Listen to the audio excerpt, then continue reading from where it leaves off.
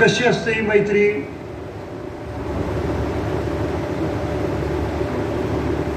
मैत्री कशी असते?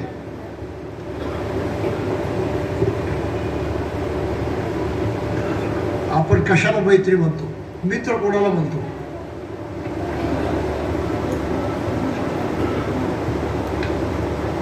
मित्र कोणाला म्हणतो?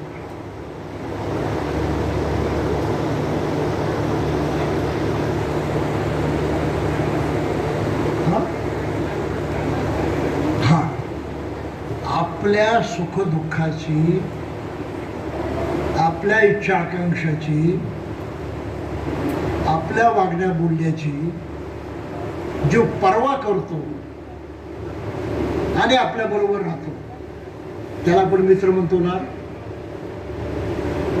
बरोबर आहे ना? मग मित्र म्हटला की त्याचं वागणं कसं असलं पाहिजे?